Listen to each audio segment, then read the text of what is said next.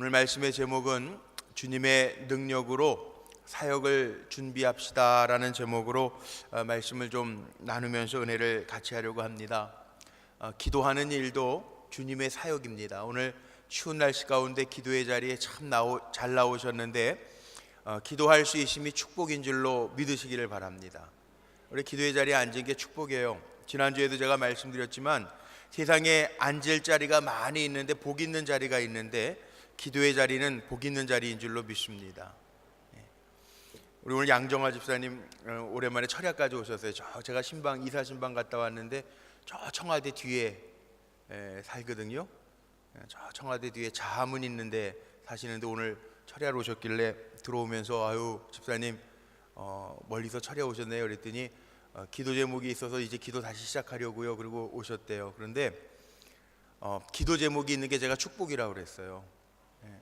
하나님은요 우리에게 문제도 주시지만 그 문제가 우리는 힘들어서 버거워하는데 왜 하나님 우리에게 문제거리도 주시냐 하면 하나님이 정말 원하시는 거는 그 문제는요 하나님 앞에서는 아무것도 아니에요. 우리가 볼 때는 질병이 큰 병이죠. 하나님 우리 창조하신 하나님이기 때문에 질병이 큰 병이 아니에요. 우리가 보기에 큰 병이지 하나님 보시기에는 아무것도 아니에요. 문제도 마찬가지예요. 우리가 보기에 답답한 거지 하나님이 하시면 그 문제도 아니에요. 근데 하나님이 정말 우리에게 원하시는 게 있는데 제가 깨달아지는 거, 영적으로 깨달아지는 게 있는데 뭐냐 하면 하나님이 정말 우리와 원하시는 거는 우리와 동행하시기를 원하시는 거예요. 하나님 우리와 함께 하시기를 원하신다고. 임마누엘 우리와 함께 하시기 위해서 하나님 오셨잖아요. 하늘 보좌를 버리고 오신 거 아니에요. 그러니까 여러분 오늘 이 기도의 자리에 계시다라고 하는 것 이 자체만 가지고도 하나님이 임재해 주시는 이 성전에 앉아 예배하는 것, 하나님의 말씀에 귀 기울일 수 있는 것, 하나님과 영적으로 교제하면서 기도할 수 있는 것, 이 하나만 가지고도 큰 축복인 줄로 믿습니다. 오늘 기도하면서 내가 하고 싶은 말만 쏟아놓고 가는 게 아니라 내가 너와 함께 있어서 너무 좋아, 이 하나님의 음성을 들을 수 있게 되시기를 바랍니다. 하나님 원하시는 게 그거더라고요. 우리가 살아가면서 죄 짓지 말아야 되는 거는 죄를 지면 하나님과의 관계가 멀어지기 때문에 그래요. 그래서 죄 짓지 말아야 되는 거예요. 왜냐하면 하나님은 우리와 이렇게 함께 하기를 원하시기 때문에 그래요. 추운데도 오늘 이렇게 찬양해 주셔서 우리 하늘소리 찬양단도 감사하고, 오늘 기도의 자리에 아마 이 자리에 오시면서 오늘 갈까 말까 망설였던 분들 분명히 있을 거예요. 근데 잘 오셨어요. 망설였지만 이 자리에 승리하고 오신 분들에게도 하나님이 오늘 예비하신 여호와 이레의 은혜를 듬뿍 더하여 주실 줄로 믿습니다. 여러분 하루하루 어떻게 살아가세요? 요즘에 연말이라 무지하게 분주하고 바쁘시기도 할 거예요. 어제도 저도 하루하루 사는 게 어떻게 보면은 정신이 없는데 똑같은 일을 하는 것 같은데도 굉장히 분주하게 지나가요. 다 그러실 거예요. 오늘 이렇게 철야까지 나오시는 분들, 한가해서 나오신 분들 없죠 여기에. 다 정말 바쁜 가운데에서도 이 시간에도 주회전에 나와서 기도하려고 애쓰시는데 저도 그런 생각이 들어요. 매일매일 반복되는 것 같아요. 어제나 오늘이나 똑같이 반복되는 것 같고, 당회 준비다, 연말 준비하고 내년도 목회 계획도 준비하고 신년 부흥성에 준비해야 될 말씀 준비도 있고 여러 가지 일들을 하고, 또 어제는 또 우리 성가대 우리 지휘자님 음악 발표한다 그러는데 성가대들이 많이 간다 그래서 저도 한번 좀 가봐야 되겠다. 갔다가 이렇게 오니까 한 11시쯤 되더라고. 새벽에 또 4시에 일어나서 새벽 예배 드리고 지금까지 이러고 또 계속 사는 거예요. 근데 분주하게 막 살아가는데 아마 직장인도 마찬가지일 거고요. 직장인들도 얼마나, 제가 밤에 이렇게 신방 갔다 오다 보면 왜 그렇게 차들이 밤에 많이 다녀요. 어제도 밤에 이렇게 양재 그 예술의 전당에서부터도 오는데 10시 반이 넘었는데도 고속도로 차가 그냥 꽉, 분당 들어오는데 차길이 꽉 막혔어요. 야, 바쁘게들 사는구나.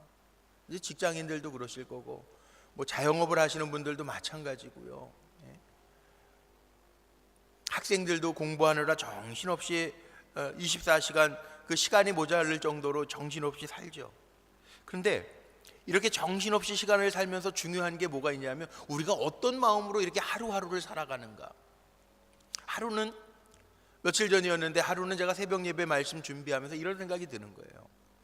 우리가 정말 정신없게 분주하게 감당해야 될 것들 감당하면서 막 살아가는데, 만약에 내가 이렇게 열심히 사는 거하고 하나님의 영광과하고 관계가 없으면 어떡할까? 그런 생각이 드는 거예요. 성경에도 있죠.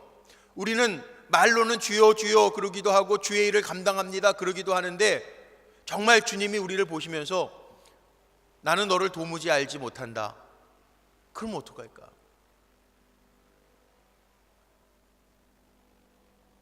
우리가 열심히 헌신하면서 산다고 그러는데, 말은 그러는데, 이게 정말 내가 주님의 영광을 위해서 헌신하는 건지, 아니면 내 이름을 내거나 나를 알리게 하기 위해서 헌신하는 건지. 만약 자기를 알리게 하기 위해서 헌신하는 거라면 그건 헌신이 아니잖아. 하나님 앞에 드려지는 게 아니라 자기를 나타내는 거잖아요.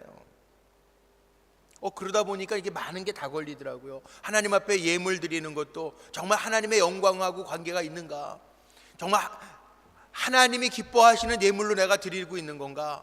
아니면 나 이렇게 산다 광고하는 것처럼, 자기 PR하는 것처럼 사는 건 아닌가?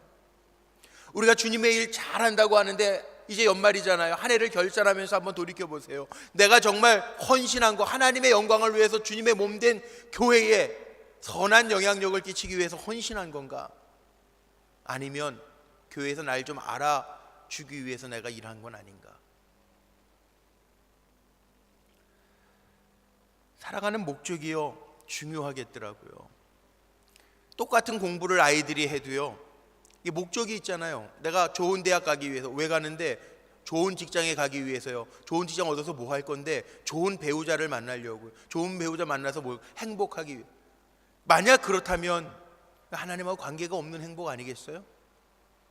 그런데 거기에 목적이 정말 내 삶을 통해서 하나님 앞에 사람들에게, 하나님이 우리에게 주신 정말 가장 중요한 계명, 하나님을 사랑하고 이웃을 사랑하라고 하신 것처럼 내 삶을 통해서 주님의 몸된 교회에도 선한 영향력을 끼치고, 또 많은 다른 사람들에게도 내 삶을 통해서 선한 영향력을 끼치면서 살 수 있다면 이게 하나님하고 관계된 일 아니겠습니까? 그래서 다시 한번 생각해 보는 거예요. 저도 금요철이야 물론 하나님의 일이라고 하는 주제를 가지고 말씀을 나누지만, 제가 곰곰이 생각해 보는, 한 해를 또 정리하면서 생각해 보는, 주님이 어떻게 사셨지? 내가 지금 목회자로 주님 닮아가고 있는가? 여러분 마찬가지예요. 목사만 주님 닮아가는 거 아니고 우리 성도들도 작은 그리스도인 아닙니까? 주님 닮아가는 과정 중에 있는 하나님의 백성들이잖아요. 또 오늘 본문을 자세히 보면 저는 그런 마음이 들어요. 우리가 주님처럼 살 수 있다면, 주님이 하루를 사시는데요, 오늘 본문을 봐도 정말 많은 일들을 주님이 하세요. 근데 무슨 힘으로 하냔 말이에요.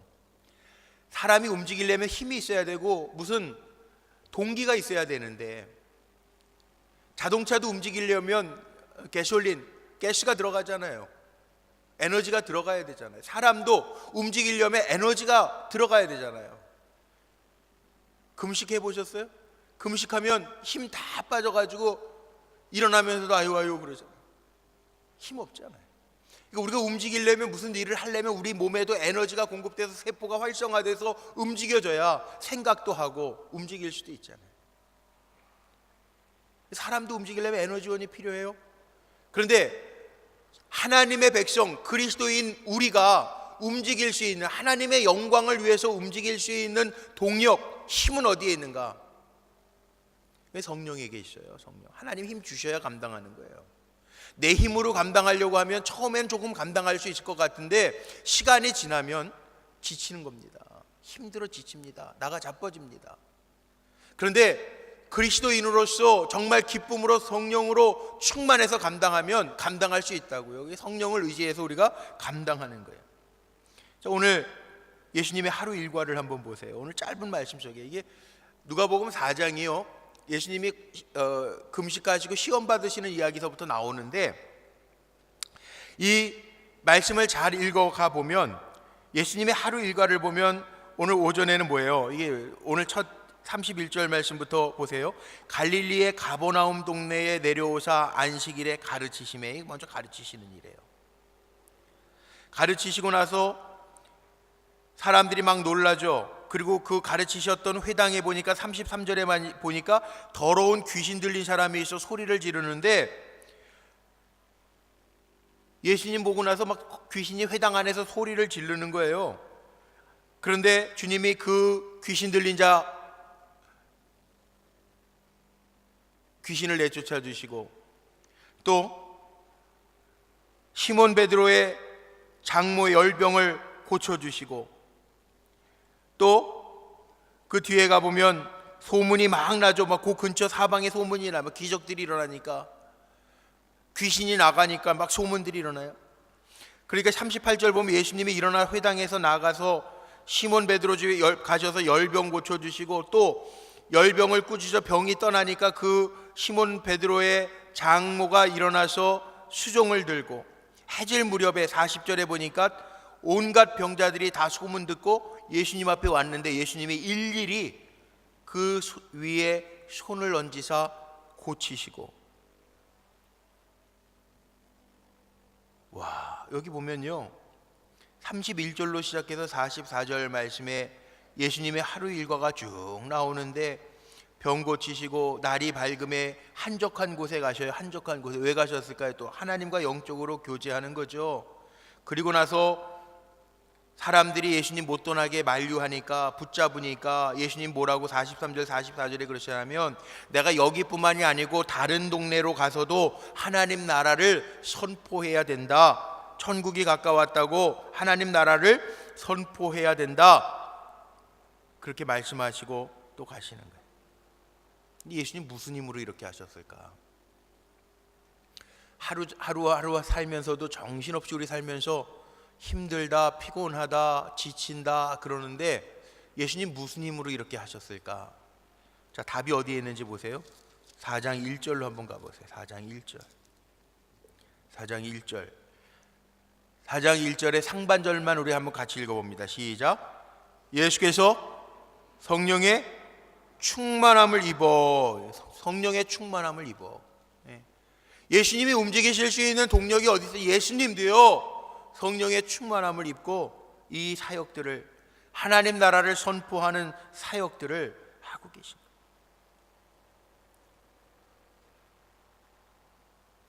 오늘 말씀의 제목이 제가 오늘 여러분들과 나눴던 것처럼 주님의 능력을 힘입어 사역을 준비합시다. 주님의 능력, 그 주님이 가지신 능력 어디에 있었느냐? 성령의 충만함을 힘입은 능력이라는 거죠. 오늘 여기 기도의 자리 참 잘 나오셨는데, 성령은 하나님의 영이에요. 하나님의 영이 공급되어지는 것은 마치 우리가 쓰는 핸드폰을 전기에다가 이렇게 연결해 가지고 접속시켜서 충전하듯이, 세상에서 하루하루 살고 오늘 금요일 한 주간도 세상에서 열심히 정말 심령의 피를 흘리며 많은 세상의 죄악들과 싸우며 전투하며 살아온 여러분들이 오늘 기도하면서 하나님의 영과 접촉되어서 그 하나님의 영을 공급받는 우리 성도님들 되시기를 주님의 이름으로 축복합니다. 사실 예수님이 하신 사역은요, 하나님 살아계시다, 하나님 나라를 확장하고 보여주시기 위한 사역이에요. 저는 누가복음 사도행전을 보면 기적들이 많이 나타나는데, 누가복음과 사도행전을 누가가 썼다고 그러죠. 누가는 직업이 의사예요. 그런데 의사들은 모르겠어요. 이게 신앙이 만약 없는 사람들이 본다면 이 영적인 세계는 잘 못 볼 거예요. 그런데 의사 누가는요, 예수님이 하시는 사역들을 보면서 귀신 나가는 거 보면서, 야, 이 영적인 세계가 있구나. 보통 의사들은 검사 결과를 보고 객관적인 데이터를 보고 하잖아요.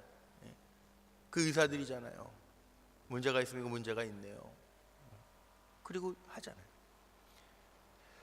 근데 의사 누가의 눈에도요, 이 영적인 세계들을 보는 거예요. 하나님 나라를 보면서, 야, 예수님 이 영적인 세계 귀신들이 나가는구나.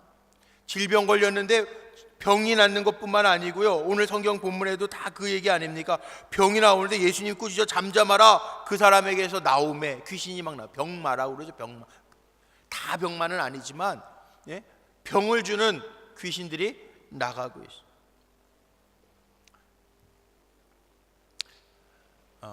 내년에 우리 교구 이름들을 정하면서 제가 고민을 조금 했어요. 우리 교회 교구 이름을 그냥 지역별로 이렇게 분당, 용인, 판교 이랬는데 우리 지역장님들하고 연말에 제가 이렇게 면담들을 하면서 우리가 그동안 한 4년 동안 교구를 좀 나눠서 했는데 교구를 이렇게 나눠서 하다 보니까 모르시는 분들도 좀 있고 지역별로 이렇게 너무 나뉘는 것 같아서 목사님 이번에는 좀 한번 좀 섞어봤으면 좋겠어요. 모든 지역장님들이 다 이렇게 공감을 하시더라고요. 그래서 지역을 섞어가지고 한번 만들자 제가 이렇게 생각을 하고 교구 이름을 정하려고 그러니까 이제 교구 분당, 용인, 판교 교구였는데 이걸 좀 바꿔야 되잖아요.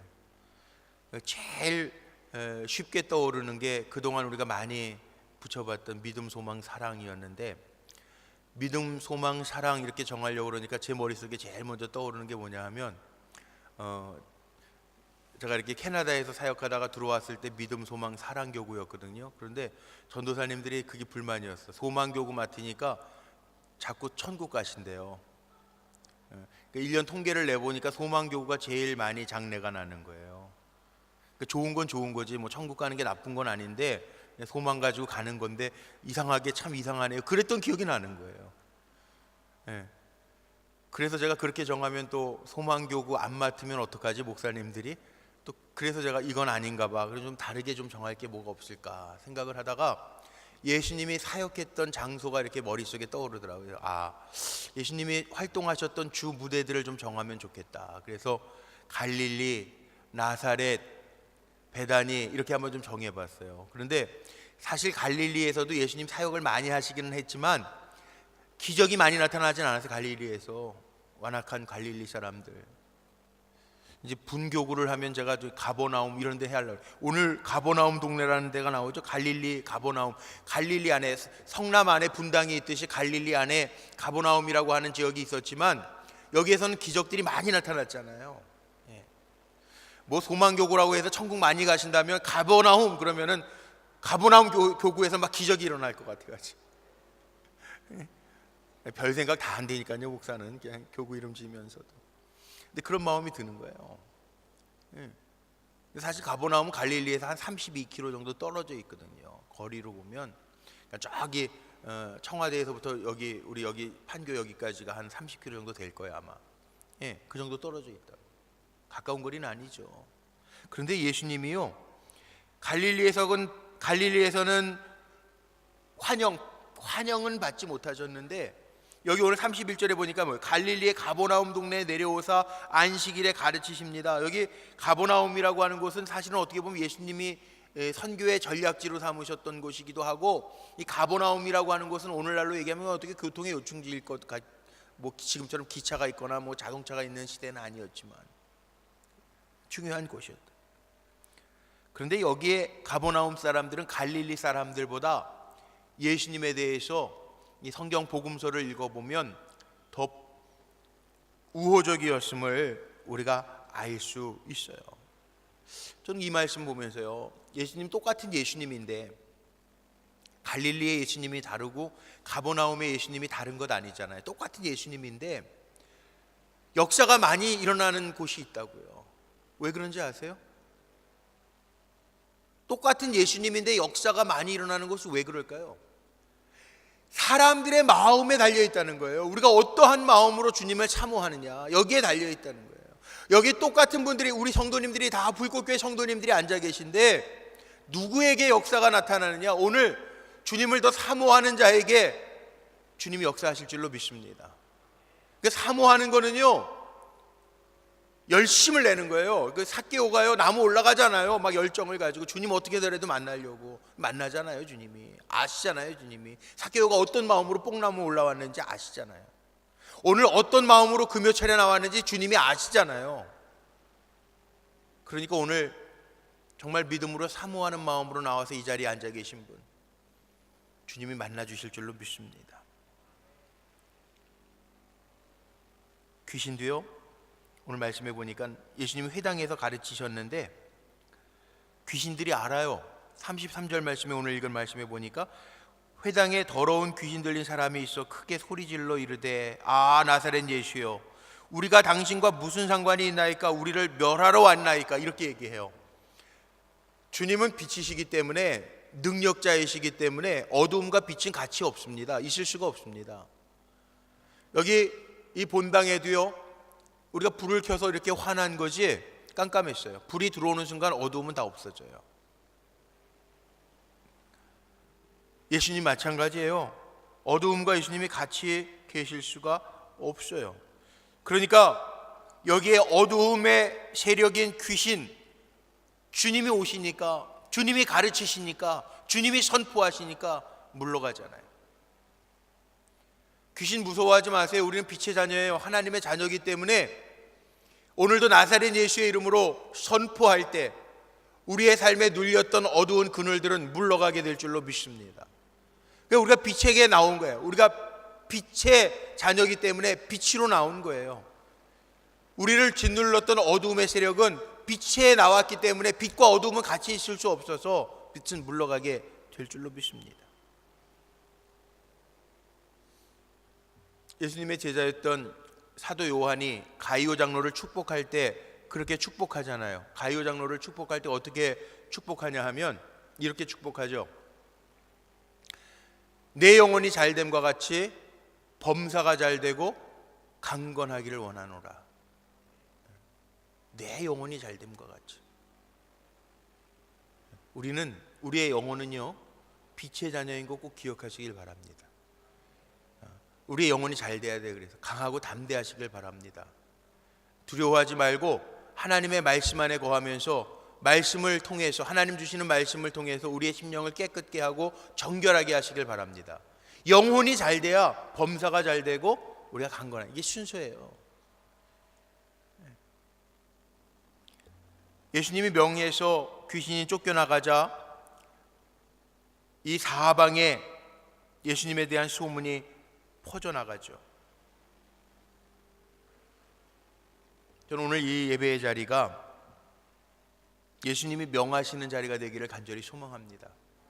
문제로 눌렸던 분들에게 주님이 명하여 주셔서 우리의 문제가 나가고, 병약한 이들에게 주님이 명하여 주셔서 우리의 질고가 나가고, 그래서 주님이 소문난 교회, 주님의 역사, 능력이 소문난 교회로 우리 불꽃교회가 이 사방에 알려지기를 간절히 소망합니다. 지금부터 22년 전에요, 처음으로 제가 불꽃교회에 왔는데 1996년도 6월달에 8월 첫 주부터 제가 부목사로 사역을 해서 1996년도. 근데 6월달에 그때 저보다 먼저 선배 목사님, 장찬영 목사님이라고 부목사 하시던 목사님 계세요. 저보다 3년 선배인데 공부를 같이 했어요. 장 목사님이 1학년 때 군대를 가가지고 군대 갔다 와서 저희 학번하고 같이 공부를 한 거예요. 장 목사님이랑 잘 아니까 제가 그때는 이제 동해에서 부목사 할 때인데, 지금 중앙연의 감독 되신 우리 이광석 목사님 여기 오셔서 말씀도 부흥회도 하시고 그랬던 목사님, 그 목사님이 이천으로 옮겨오시게 돼서 저도 그때 이제 좀 교회를 옮겨야 될 상황이었는데 와서 그때 이제 처음으로 그때 담임 목사님이었던 전용재 목사님하고 이제 만나게 해주려고 오라 그래서 6월달에 왔어요. 그때 목사님들 우리 교육자들 사무실이 어디였냐면 저 정자동 교회에 에베네셀 그 카페 만들어놨던 데 있죠. 그 담임 목사님 방 들어가는데 입구에 거기가 다 교육자실이었어요. 사무실하고 교육자실하고 같이 이렇게 터 있었어요. 처음 딱 왔는데 불꽃교회 와서 제가 지금도 안 잊고 기억나는 게, 큰 교구 현안판이라고 하는 칠판이 있는데요, 거기 메뉴에 이렇게 써 있더라고요. 오늘은 분당, 내일은 한국, 모레는 세계를. 근데 표가 되게 멋있더라고요. 오늘은 분당을, 내일은 한국을, 모레는 세계를. 별로 안 멋있으신 것 같아요. 표정 보니까는 뭔 소리를 하는 건가. 이거 너무 멋있잖아요. 우리가 살고 있는 이 지역, 판교, 분당, 용인, 우리가 살고 있는 이 지역, 우리 불꽃교회가 오늘은 이 지역에 정말 하나님의 큰 역사들을 알리는 교회가 되고, 시간이 지나면 내일이면 이 지역을 넘어 한국에 예수 그리스도의 능력을 보일 수 있는 교회로 소문나기를 원하고, 또 시간이 지나면 우리 불꽃교회가 세계 열방을 품고 세계 열방에 하나님의 살아계심을 알릴 수 있는 교회가 되기를 원합니다. 오늘 기도할 때 이런 기도 해주세요. 물론 여러분들 기도 제목 가져오신 거 놓고 기도하셔야 되겠는데, 오늘 제목처럼 주님, 나에게 정말 능력을 주셔서 주님의 이름으로 사역하게 하시고, 주님의 능력으로 사역하게 하시고, 정말 우리 불꽃교회가 주님의 역사가 있는 교회로 일어나게 하여 주옵소서. 그렇게 힘있게 기도하면서 저와 여러분이 하나님의 영광의 도구로 쓰임받는 은혜가 있기를 간절히 소망합니다. 요즘에 기도하면서 계속 그 기도가 나와요. 하나님, 30년 금년에 이렇게 크게 역사하셨는데, 주보의 칼럼에도 제가 그렇게 이번 주에 썼어요. 마지막 이제 당회를 앞두고 당회 자료로 준비를 다 해놓고, 이 2016년도를 결산하면서 제 머릿속에 떠오르는 단어가 뭔가를 생각하면서 제가 주보 칼럼을 쓰면서 그런 생각이 들더라고요. 정말 은혜고 기적이고 감사고 하나님의 역사라고 하는 단어들을 쓰다가요, 제 마음에 어떤 마음이 드냐면 2017년 사도 바울이 가장 많이 사용했던 단어죠. 엔 크리스토스, 주 안에서 2017년도 우리 불꽃교회가 더 새로워지고 주 안에 머무르고 주의 능력 안에 있고 주님의 역사 안에 있는 교회가 되게 해달라고 기도하기 시작했어요.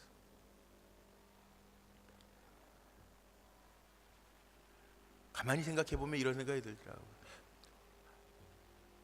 우리 교육자들 마음속에도 그렇고 삶 속에도 그렇고요, 우리 사랑하는 성도님들의 삶 속에도 그렇고, 한 사람 한 사람 개인에게 주님의 역사가 없는데 어떻게 주님을 믿으라고 전할 수 있겠습니까?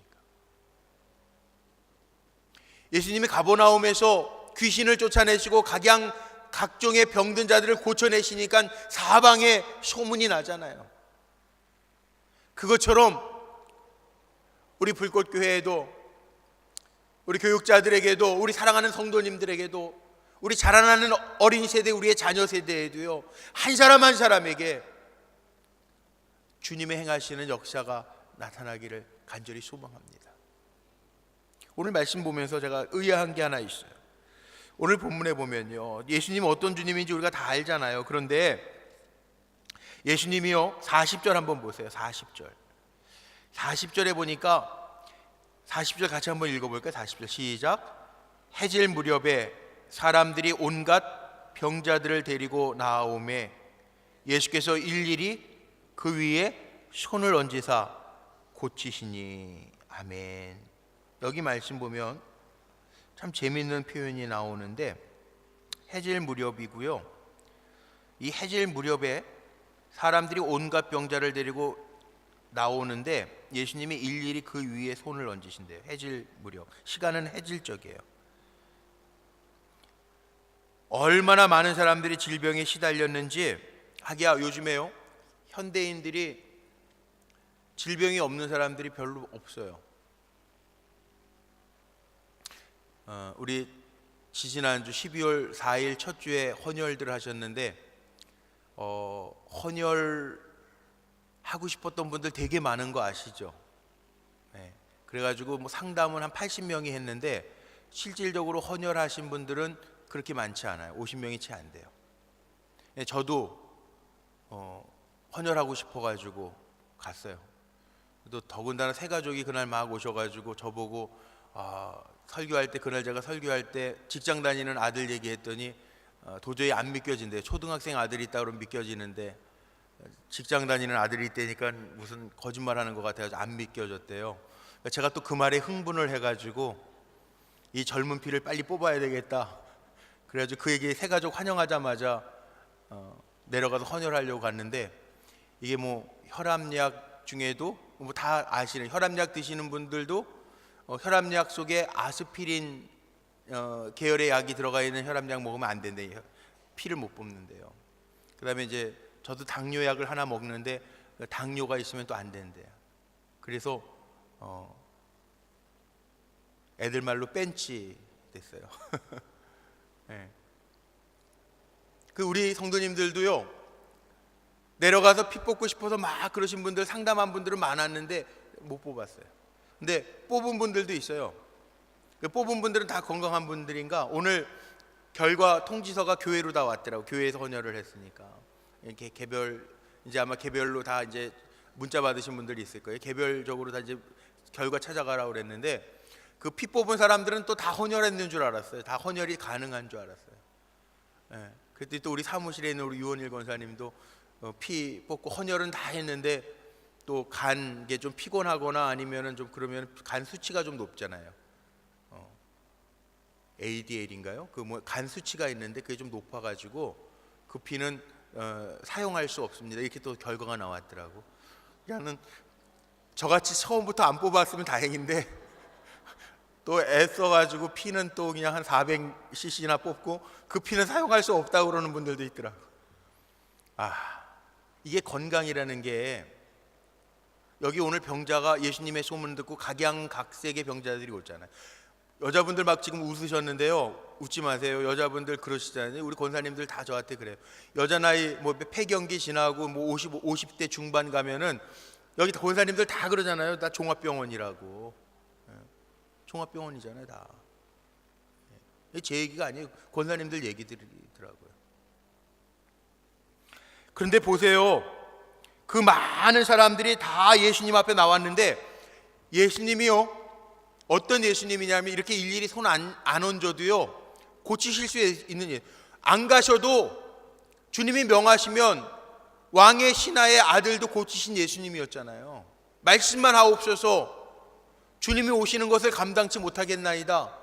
네 믿음이 크도다. 주님 고치시는 주님이잖아요. 그런데 그런 주님이 오늘 말씀 속에 40절에 뒤에 보니까 예수께서 어떻게 돼 있어요? 예수께서 40절 뒤에 일일이 그 위에 손을 얹으사 고치시니, 예수님이요 말씀만 가지고도 고치실 수 있는 분인데 일일이 그 위에 손을 얹으사 고치시니, 이게 뭘까요? 주님이 이 바쁜 하루 일과 가운데요, 저녁에 해질 무렵에요, 각양각색의 사람들, 병든 자들이 주님 앞에 나왔는데 주님이 말씀 한마디만 가지고도 다 고치실 수 있는데, 선포하셔서 고치실 수 있는데, 여기 말씀 속에 보니까 일일이 그 위에 손을 얹으사 고치시니,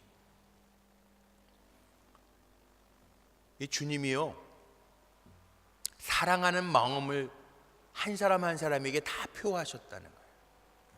한 사람 한 사람. 오늘 여기 앉아 계신 분들 뭐 한 200명 조금 안 되는 것 같은데, 우리 사랑하는 성도님들에게도 한 분 한 분에게 주님의 사랑이 일일이 손을 얹으사 한 사람 한 사람에게 일일이 다 주님의 사랑으로 터치해 주시는 이 저녁이 되기를 간절히 소망합니다. 일일이 손을 얹으사, 이게 사랑의 터치라는 거예요. 사랑의 터치. 기억나십니까? 어렸을 때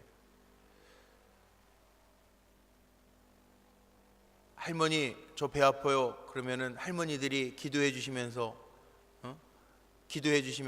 막 배 이렇게 문지러 쓸어 주시면서 하시는 거예요. 할머니 손은 약손이다. 하나님 고쳐 주세요. 할머니 사랑의 손 약손. 뭐 이렇게 노래 불러가면서 만져 주셨던 기억 나시잖아요. 그런데 참 이상한 거는 그 기도와 사랑으로 만져 주시는 그 손길로 인해서 참 신기한 거는 배가 아팠는데 안 아프더라는 거예요. 여기에 주님이 일일이 그 위에 손을 얹으사 고치시니, 오늘 바쁜 가운데에도 하루를 분주하게 살고 나서도 이 저녁에 기도의 자리에 오셨으니 주님이 기도하는 가운데 일일이 우리 한 사람 한 사람 다 만져주시는 은혜로 새롭게 되시기를 주의 이름으로 축원합니다. 그리고요 또 바뀌어요. 장소가 바뀌어요. 42절에 보니까 날이 밝음에 예수께서 나오사 그렇게 밤새도록 일일이 한 사람 한 사람 만져주시고 기도해 주시고 고쳐주셨는데, 날이 밝음에 예수께서 나오사 한적한 곳에 가시니, 여기 한적한 곳이라고, 한적한 곳. 예수님 그 바쁜 가운데에서도 꼭 새벽 미명에 날이 밝음에 한적한 곳에 가셔서 기도하시는 예수님의 모습을 보죠. 주님의 사역의 힘은 어디에 있냐면 여기에 있습니다. 여기 기도에 있습니다. 하나님과 영적으로 만나는 시간에 있다는 거예요.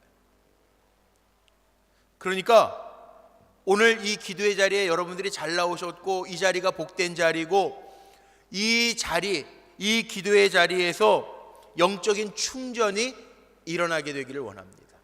우리 불꽃교회는 영적인 충전소가 돼야 돼. 그런 면에서. 그리고 나가서 일하는 거예요. 44절에 뭐라 그랬냐면 오늘 결론은 이거예요. 기도하시고 나서요 또 떠나시려고 그래. 다른 곳으로, 다른 동네로. 왜? 하나님 나라 복음을 전하는 게 주님의 일이라는 거예요.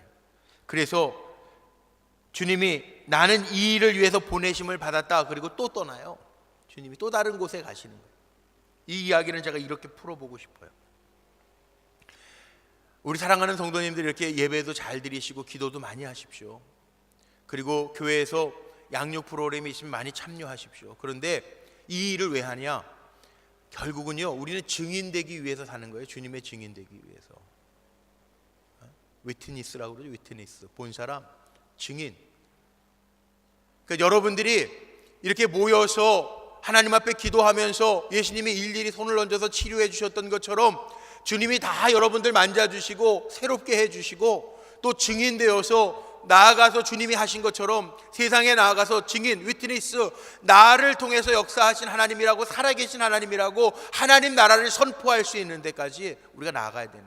결국 예배를 우리가 왜 드리느냐, 금요철에 왜 모여서 기도하느냐, 교회에서 행하는 양육 프로그램에 왜 참여해야 되느냐. 이 공부는 공부로 끝나는 게 아닙니다. 하나님의 말씀을 깨닫고 힘 얻어서 나아가서 세상에서 증인으로 살라는 거예요. 영향력 끼치라는 거예요. 하나님 나라를 확장시키는 도구로 살라는 거예요. 이 모든 원동력이 어디에 있느냐? 성령 충만함에 있다는 거죠. 오늘 말씀의 결론을 내고 말씀을 마칩니다. 똑같은 시간을 살아도, 똑같이 하루 24시간을 살아도 어떤 사람에게는 의미 있는 24시간을 사는 사람이 있고 어떤 사람은 의미 없는, 덧없는 헛된 하루를 사는 사람이 있어요. 저나 여러분은 하나님 나라의 사역자가 되어서 똑같이 24시간을 살아도 세상 사람들하고는 다르게 선한 영향력을 끼치며 하나님 나라의 사역자로서, 증인으로서 영향력을 끼치며 사는, 주님의 능력을 소유하고 사는 하나님의 일꾼들이 다 되시기를 주님의 이름으로 축원합니다. 우리 찬송하기 전에 한번 고백하죠. 옆에 사람들에게 우리 고백합시다. 우리는 하나님 나라의 사역자입니다. 한번 좀 인사하시고 축복하십니다. 우리는 하나님 나라의 사역자들입니다. 할렐루야. 예, 기억하십시오. 우리가 왜 예배드리는가, 왜 기도하는가, 우리가 왜 양육을 받는가. 우리는 하나님 나라의 증인되기 위해서, 사역자 되기 위해서, 나를 통해서 살아계신 하나님이 보여지게 하기 위해서 나 부름받았다라고 하는 거 기억하면서 오늘도 기도하는 가운데 주님 만나시고 영적으로 충전하는 시간 되시기를 바랍니다. 우리